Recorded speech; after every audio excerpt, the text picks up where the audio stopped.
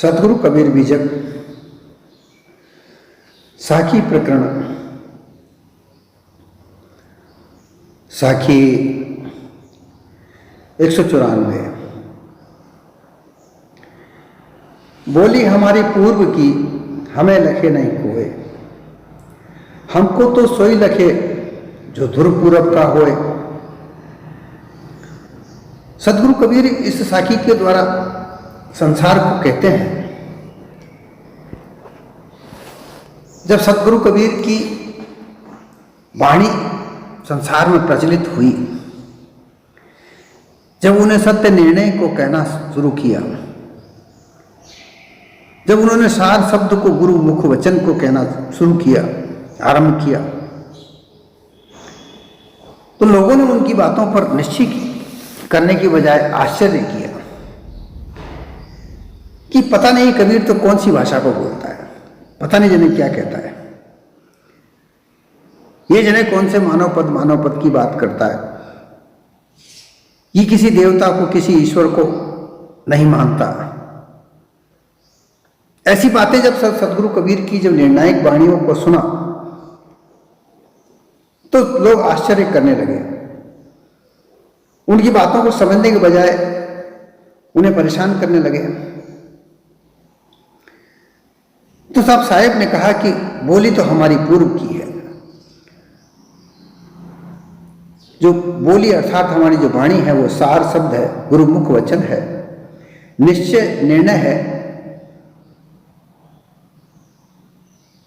जो प्रथम पद मानव पद है उसका ठहराव की स्थिति की वाणी है। चैतन्य जीव का स्वरूप नित्य सत्य अनादि है, उसकी बोली है। मनुष्य देह रूप हंस पद आदि का है, उसकी बोली है। बंधन प्रवाह अनादि काल का है और मोक्ष मनुष्य देह का रूप आदि काल से होता है। हमने इसी मनुष्य देह में सब प्रकार से हंस भूमिका में ठहरकर खानी और वाणी के सर्व जालों से अपने जीव को छुड़ाकर नित्य सत्य चेतन जीव के पारक स्वरूप में स्थित ठहराव कर लिया। इस प्रकार स्वयं जीवन मुक्त होकर अन्य सज्जन जिज्ञासु मनुष्यों की भी मैं अपनी सत्य ज्ञान सत्य उपदेश देकर अनुभव से ठहराई हुई बात कहता हूं, और यही बात अनादि है। ये जीव जो चेतन स्वरूप जीव है, ये आदि अनादि से है, इसका किसी ने निर्माण नहीं किया। जड़ और चेतन दोनों आदि अनादि हैं, ना जड़ ने किसी का निर्माण किया, ना चेतन कर किसी ने निर्माण किया। परंतु इनको समझने का उसी पूर्व अर्थात सबसे पूर्व सबसे अनादि, पूर्व का मतलब होता है आदि अनादि आरंभ, जहां से आरंभ हुआ। तो मानव के अलावा कुछ है ही नहीं, आरंभ मानव से होता है। जहां भी कोई नगर गांव या कोई शहर बसता है तो मानव के आधार पर ही बसता है। मानव नहीं है तो कोई शहर सिटी नहीं, कोई गांव नहीं। तो मानव ही आरंभ है, मानव पद ही आरंभ है। आरंभ का मतलब ही पूर्व है। सतगुरु कबीर इस बात को ही यहां पर कहना चाहते हैं कि मानव से अलावा कोई उच्च है ही नहीं। और मानव में कौन है? जीव। जो मानव देह हमारी है, इसमें चेतन स्वरूप जीव है। इस चेतन स्वरूप जीव में सारी खानी आ जाती है। कोई भी खानी है उनमें सब में ये जीव मात्र है, इसके अलावा कोई खानी बनी नहीं सकती। तो जो जीव है वो आदि अनादि से है, और इसको समझने के लिए निर्णायक वाणी की आवश्यकता है। और वही निर्णायक बोली, वही वाणी पूर्व की अर्थात आदि अनादि पद की है, उसको समझाने वाली है। जो मानव पद है, जो हंस पद है, जो चैतन्य स्वरूप का निज पद है, वह बोली, वह वाणी जो निर्णायक गुरुमुख बोली है, वही सत कबीर ने कहा कि वो बोली मेरी है। गुरुमुख बोली के अलावा अन्य जो वाणियां हैं, काल संधि झाई की वाणियां हैं, इनमें इस जीव की मुक्ति पद नहीं है, मोक्ष पद नहीं है। वही मेरी बोली है। जो स्थिति ठहराव है निश्चित चेतन स्वरूप जीव की पारक स्थिति ठहराव है, वो मेरी बोली है। मेरी बोली से चेतन स्वरूप जीव जीवन मुक्त होकर अन्य लोगों को भी समझा सकता है, ऐसी मेरी बोली है। यह हमारी बोली रूप वचन पूर्व की हंस पद को दर्शाने वाली जो मुक्ति सहायक है। इस कारण से खानी बानी के महाबंधन में जकड़े हुए साधारण लोग, विषय आसक्त लोग, जो वाणी की कल्पना में फंसे होने से हमारे हंस पद पारक पद की स्थिति ठहराव को, चेतन स्वरूप को, मुख्य अभिप्राय भाव को कोई भी नहीं समझ सकता, हमें लखे नहीं कोई। जो मेरी भाषा है, वो जो लोग विषय आसक्त हैं, विभिन्न प्रकार के वाणियों के बंधनों में बंधे पड़े हैं, अध्यासवश अपने को भूले हुए हैं, वो मेरी बोली को नहीं समझ सकते। कोई विषय आनंद में फंसा है, कोई भोग आनंद में फंसा है, कोई ब्रह्म आनंद में फंसा है, कोई योगानंद में फंसा है, कोई ज्ञान आनंद में फंसा है, वो मेरी बोली को नहीं समझ सकते।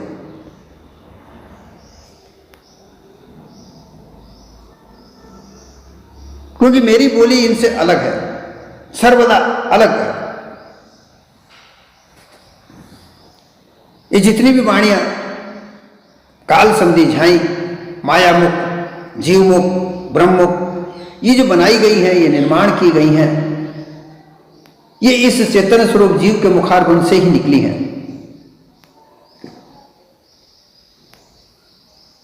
और इन बोलियों को बना करके, रच करके, अनुमान कल्पना के आधार पर इन बोलियों को रच कर और इन्हीं में खुद उलझ करके ये मानव स्वयं अपने पद को भूल गया है। वो इस मेरी बोली को कैसे समझ सकता है? वो नहीं समझ सकता, क्योंकि विषय आसक्ति उसे, देखिए क्या होता है, सत्य यथार्थ बात पर विश्वास कोई क्यों नहीं करता? इसका कारण है लोग अपने जीवन को, ज्यादातर लोग लालच में लगाकर जीते हैं। हर व्यक्ति कहीं ना कहीं कोई ना कोई स्वार्थ के साथ जीता है। बिना स्वार्थ का कोई किसी प्रकार का जीवन नहीं जीना चाहता। स्वार्थ में ही परमार्थ छिपा हुआ है, लेकिन उस स्वार्थ में परमार्थ की ओर उसका ध्यान ही नहीं जाता।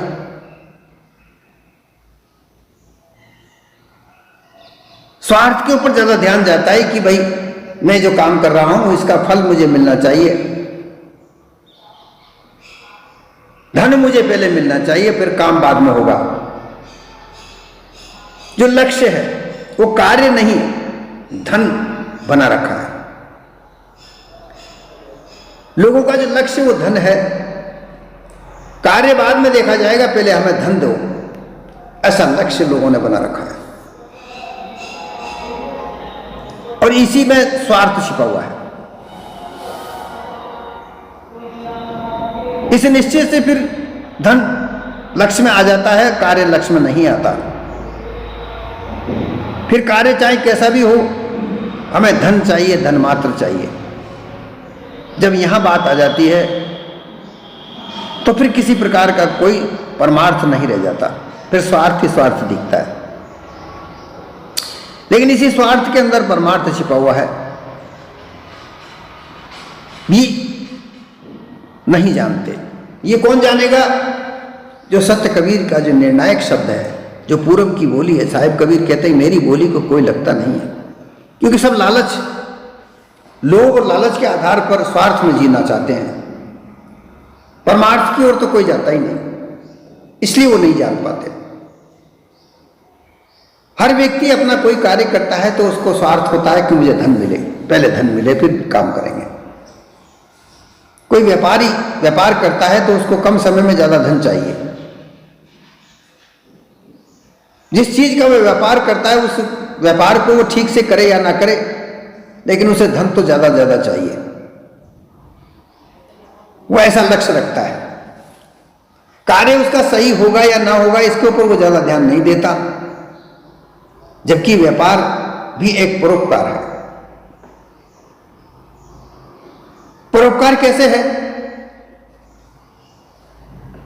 मान लीजिए एक गांव है जहां कोई दुकान नहीं है, किसी प्रकार का वहां सामान खाने पीने का नहीं मिलता और सबको छोटी छोटी वस्तुओं को प्राप्त करने के लिए, लेने के लिए दूर एक शहर में जाना पड़ता है। कितना कष्ट उठाना पड़ता है लोगों को कि अपने खाने पीने की रोजमर्रा जो रोज जीवन में काम आने वाली वस्तुएं हैं उनको लेने के लिए एक दूर दराज शहर में जाना होता है। किसी के मन में यह दया आती है कि भाई मेरे पास थोड़ा सा धन तो है, इस धन को मैं क्यों ना इस कार्य में लगा दूं कि लोगों को रोज जीवन में काम आने वाली वस्तुएं यहीं मिलने लग जाएं। इनके बदले का जो दुख है वो मैं सहन कर लूं, एक बार में ही बहुत सारा सामान ला के रखूं और उसकी एक दुकान बनाऊं, लोगों को रोज रोज का सामान यहां पर प्राप्त हो जाएगा। ये उसकी सोच थी। और इसमें देखो परोपकार छिपा हुआ है कि वो लोगों के दुख को देखकर उसको दया आई कि मेरे पास ये धन है, इस धन को मैं इस काम में लगा दूं ताकि लोगों का दुख दूर हो और उनको रोज का कार्य संपन्न हो, उनका जीवन बर्बाद न हो। और वो जाता है और बाजार में से इकट्ठा सामान लेके आता है और अपनी एक दुकान बनाता है। रोज लोग उसकी दुकान पर आकर रोज काम आने वाले सामान को खरीदने लगते हैं। वो शहर में जाने के बजाय वो वहां उस सामान को खरीद लेते हैं, मिल जाता है।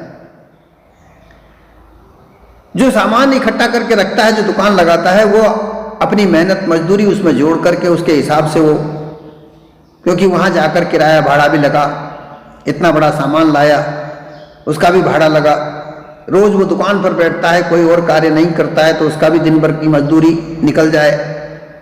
इससे थोड़े से अपना भी जीवन यापन हो जाए और लोगों की तकलीफ भी दूर हो जाए, ऐसा वो सोच करके कार्य करता है। तो देखिए इसमें उसका भी कार्य चल रहा है, उसको धन की प्राप्ति भी हो रही है, क्योंकि धन कमाने में कोई बुराई नहीं है और लोगों का परोपकार भी उसके साथ जुड़ा हुआ है। लेकिन अगर यहीं पर अगर वो व्यक्ति जो दुकान चला रहा है वो लोभ लालच की ओर अग्रसर हो जाए तो फिर वो कम समय में ज्यादा धन कमाने की इच्छा करेगा, सामान भी घटिया किस्म का देगा, कम तोलेगा और पैसा ज्यादा लेगा। ऐसा अगर करने लग जाए तो फिर वो स्वार्थ की सिद्धि में आ जाता है। दूसरे का कोई सामान अच्छा जाए या ना जाए, कुछ भी हो, लेकिन उसे तो धन मिलना है और कम समय में ज्यादा धन मिलना चाहिए। वो ऐसा सोचने लगता है तो ये स्वार्थ हो जाता है। इसलिए व्यापार में भी परोपकार छिपा हुआ है, लोग इसको नहीं जान पाते, केवल अपने स्वार्थ सिद्धि के आधार पर ही धन को ज्यादा से ज्यादा कमाने के लिए व्यापार करते हैं। इसी तरीके से सरकारी नौकरियां हैं जितनी भी हैं, क्लर्क भी है, बड़े क्लर्क भी हैं, अफसर हैं, चेयरमैन हैं, कमिश्नर हैं, डायरेक्टर हैं, ये सब सरकारी जो भी नौकरियां हैं उनकी उसके हिसाब से उनको तनख्वाह मिलती है, वेतन मिलता है, क्योंकि ये स्वार्थी कार्य है, समाज के लिए कार्य होता है। एक व्यवस्था सरकार बनाती है कि भाई लोगों की व्यवस्थाएं बनी रहें और उसके लिए उन्होंने विभिन्न प्रकार की नौकरियां सरकार ने दी। तो ये स्वार्थी कार्य है, सामाजिक कार्य है, नागरिक का कार्य है, लेकिन इसमें लोग अपना स्वार्थ देख लेते हैं। घूसखोरी का कार्य वहां चला देते हैं और चला रहे हैं, ये स्वार्थ है। अपने पद का दुरुपयोग करते हैं, ये स्वार्थ है। मानव जीवन में कहीं जहां भी है, जहां परमार्थ से जुड़े हुए कार्य हैं, लेकिन वहां पर स्वार्थ आ जाता है कि हमें अधिक धन मिले। अधिक धन की चाह में वो अपने कार्य को भूलकर और धन की ओर अपना ध्यान केंद्रित कर देते हैं, और धन की ओर केंद्रित करके धन कमाने की इच्छा मात्र से कार्य करते हैं। जैसे अभी हम सभी परिवार में बालक होते हैं, बच्चे होते हैं, उन बच्चों को पालन पोषण करने की जवाबदारी, जिम्मेदारी माता पिता की होती है। माता पिता अपने बच्चों को स्वार्थ से पालते हैं, उनमें वहां उनका स्वार्थ छिपा होता है। वो ऐसा समझते हैं कि ये बड़े होकर हमारी सेवा करेंगे, और इस स्वार्थ में बच्चों को पालते हैं। लेकिन अगर उसे परमार्थ से देखें तो परमार्थ में यह है कि ये रीति आद अनादि से चली आ रही है। उसे ऐसा समझना चाहिए कि हमारे पिता ने हमको पाल पोस कर बड़ा किया, तो हमारा कर्तव्य भी बनता है कि हमारे बच्चों को भी हम पाल पोस कर बड़ा करें। संसार ऐसा ही चल रहा है, इसमें अपने निजी स्वार्थ को क्यों रखें कि ये बड़ा होगा, ये हमारी सेवा करेगा। अगर हम उसे अच्छी तरह से पालन पोषण करेंगे, अच्छे संस्कार देंगे, तो बच्चा उसी पद चिन्ह पर चलेगा और वो भी हमारी सेवा करेगा। लेकिन अगर उसमें हम स्वार्थ से पालेंगे तो बालक भी स्वार्थी हो जाएगा। फिर जब बड़ा होगा तो उस स्वार्थ, अपने स्वार्थ में लग जाएगा, वो हमारी सेवा नहीं करेगा। इसलिए स्वार्थ में परमार्थ है। स्वार्थी न होना, स्वार्थी लोभ और लालच बनाता है, और परमार्थी लोभ लालच को खत्म करके स्वार्थ के आधार पर कार्य करता है। स्वार्थ से बंधन मिलते हैं, विभिन्न प्रकार के बंधन, क्योंकि स्वार्थ में विभिन्न प्रकार की भावना बनती हैं। राग, द्वेष, भय, किसी कार्य में अपना ज्यादा ध्यान लगा देना कि धन कमाने में मेरा ज्यादा ध्यान है भाई, और कोई काम नहीं करूंगा, ये राग है। मोह का रूप ही राग है। धन कमाने में ही मन लगा रहे और किसी बात पर ध्यान न दे, क्योंकि धन कमाने के अलावा भी सामाजिक बहुत सारे कार्य होते हैं, बहुत सारी जवाबदारियां होती हैं, उधर कभी ध्यान ही न दे। रात और दिन धन कमाने के लिए अपनी चेष्टा रखे, तो फिर उसके और अन्य कार्य बिगड़ेंगे। द्वेष, अगर कोई हमसे ज्यादा धन कमा रहा है, उसको पीछे कैसे डाला जाए, उसके धंधे को कैसे चौपट किया जाए, उसकी तरक्की को कैसे रोका जाए, उसके साथ हमेशा द्वेष भावना रखना, अपने मन में उसके लिए हमेशा छल कपट की भावना रखना, ये राग द्वेष है।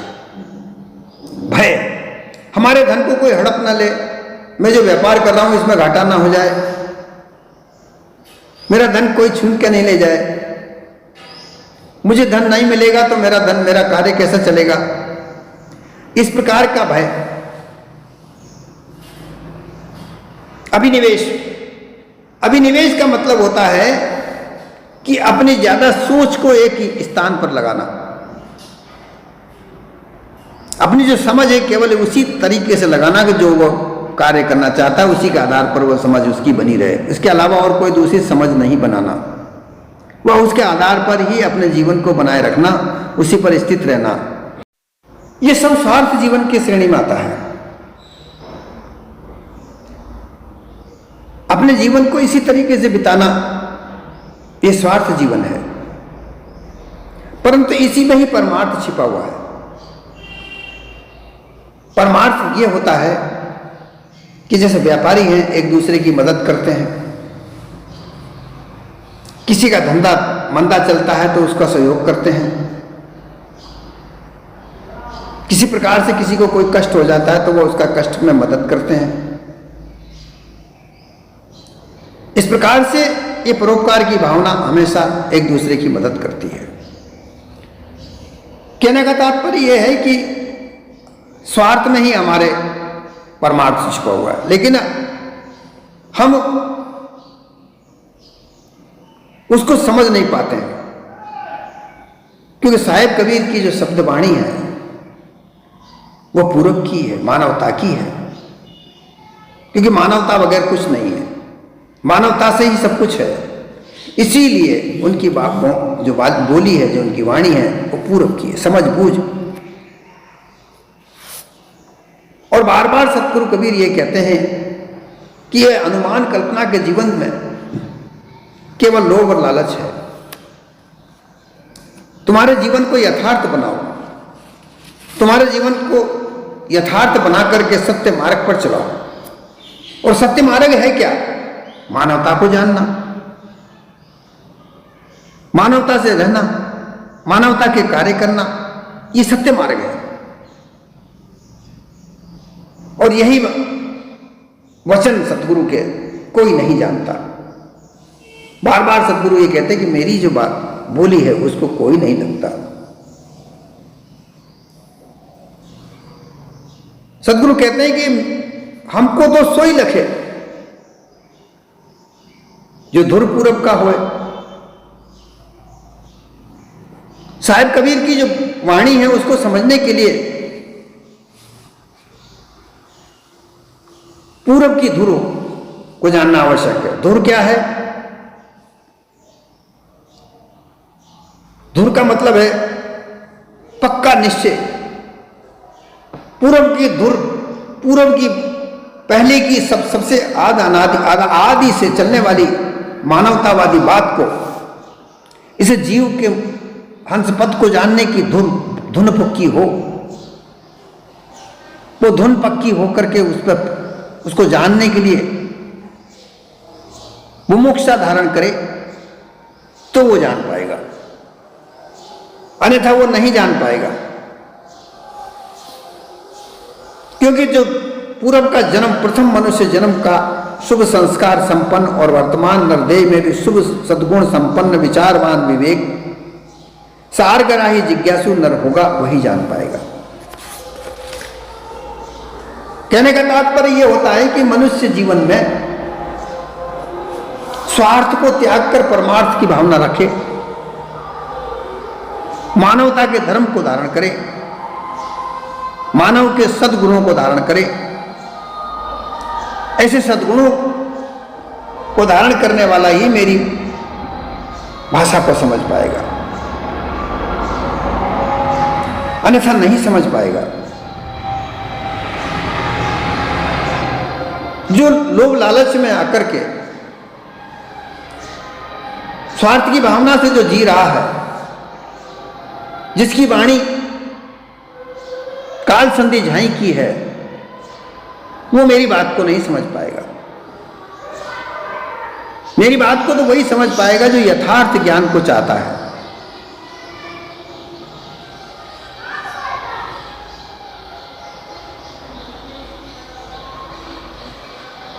ज्यादातर लोग अनुमान कल्पना की वाणियों में लगे हुए हैं और लालच में लगे हुए हैं, क्योंकि लालच के बगैर, लोभ के बगैर कोई भी कर्मकांड नहीं करता, कोई भी उपासना नहीं करता। उनको किसी ना किसी वस्तु की चाह होती है, मांग होती है, और उनके आधार पर ही वो अपना कार्य करने के इच्छुक होते हैं। मुझे धन चाहिए, सुंदर स्त्री चाहिए, परिवार का सुख चाहिए, परिवार में विभिन्न प्रकार के साधन चाहिए, मेरा बिजनेस खूब आगे बढ़े, व्यापार खूब आगे बढ़े, ऊंचे ऊंचे पद मुझे मिले, मान सम्मान मुझे मिले। ऐसी इच्छाओं को लेकर अपनी सामर्थ्य से अलग ज्यादा कार्य संपन्न करने की इच्छा से लोग कर्मकांड में उलझते हैं। लोग तीर्थ व्रत में जाकर के विभिन्न प्रकार के कर्मकांड करते हैं, लोग विभिन्न प्रकार की उपासना करते हैं, लोग विभिन्न प्रकार की योग क्रियाओं में उलझते हैं कि मैं सिद्ध पुरुष बन जाऊं। योग क्रिया कांड योगी बन करके मैं सिद्धियों को प्राप्त करूं और उन सिद्धियों के आधार पर मैं खूब सारा धन कमाऊं। कहीं ना कहीं सब मूल रूप से धन की चेष्टा रखने वाले लोग वही उन वाणियों में फंसे रहते हैं, अनुमान कल्पना की वाणियों में उलझे रहते हैं। वो कभी नहीं चाहते, वो ऐसा कार्य नहीं करते कि उनका स्वार्थ खत्म हो। देखिए कितनी रहस्य वाली बात है। साहब इस बात को समझाना चाहते हैं कि स्वार्थ में ही परमार्थ है, लेकिन स्वार्थ को छोड़े ही नहीं, स्वार्थ के आधार पर केवल अपना लक्ष्य रखे। स्वार्थ की गहराई जो मूर्ता है वो केवल अपनी सिद्धि रखना, अपने तक सिद्धि रखे। किसी दूसरे का सुख हो या ना हो उससे कोई मतलब नहीं, कोई आशय नहीं, लेकिन वो ये चाहते हैं कि मेरी सिद्धि बनी रहे और दूसरे का तो कोई अगर नुकसान भी हो जाए तो उसमें कोई किसी प्रकार का कोई कष्ट नहीं, मुझे कष्ट नहीं होना चाहिए। अहंकार की वृत्तियों को अपना करके अपने जीवन को यापन करता है तो वहां पर घोर स्वार्थ उसके साथ रहता है। ऐसी स्थिति में कहीं भी उसे परमार्थ नहीं सूझता और इसलिए भी साहिब की जो भाषा है, जो साहिब की वाणी है, उसको कोई नहीं समझ सकता, क्योंकि ज्यादातर लोग लालच के आधार पर स्वार्थी बनकर जीते हैं। तो इस तरीके भी साहिब की वाणी को कोई नहीं समझ सकता। जितने भी मत पंथ के बनाने वाले लोग हैं वो अपने अपने मत पंथ को आगे बढ़ाने के लिए अपने स्वार्थ सिद्धि में लगे हुए होते हैं। अपना उनका स्वार्थ होता है कि उनका मत चले, उनका पंथ चले और उनसे उन्हें खूब धन की प्राप्ति हो। वो ऐसी इच्छा से अपने जीवन को बनाते हैं और उनके आधार पर ही वो अपने जीवन को चलाते हैं। परोपकार की तो बात ही नहीं करते, परोपकार की तो वो जरा सा भी नहीं सोचते। ऐसे लोग भी सदगुरु कबीर की वाणी को, उनकी बोली को नहीं समझ पाते।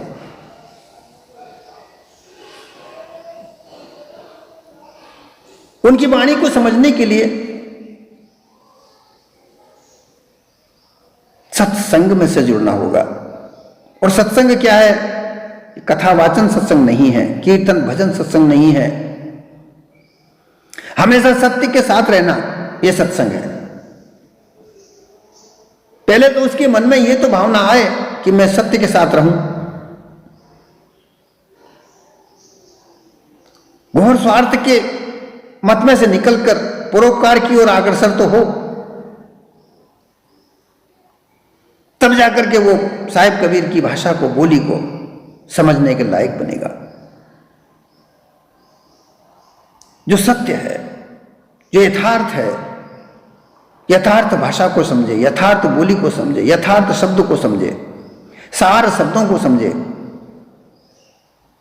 तब सदगुरु कबीर की बोली वाणी समझ में आती है। अन्यथा तो इस संसार पूरा अनुमान कल्पना के आधार पर बनाई हुई वाणियों में, रचनाओं में उलझा पड़ा है, बंधा पड़ा है। सदगुरु कबीर की कैसे वाणी समझ पाएगा? कोई मतलब ही नहीं बनता कि वो सदगुरु कबीर की वाणियों को समझे। सदगुरु कबीर की वाणी तो वही समझ पाएगा जो अनुमान कल्पना की वाणियों को त्याग कर सत्य यथार्थ की वाणी को समझने की चेष्टा करे, पारखी संतों का संग करे, यथार्थ जीवन की रहनी गहनी को समझे।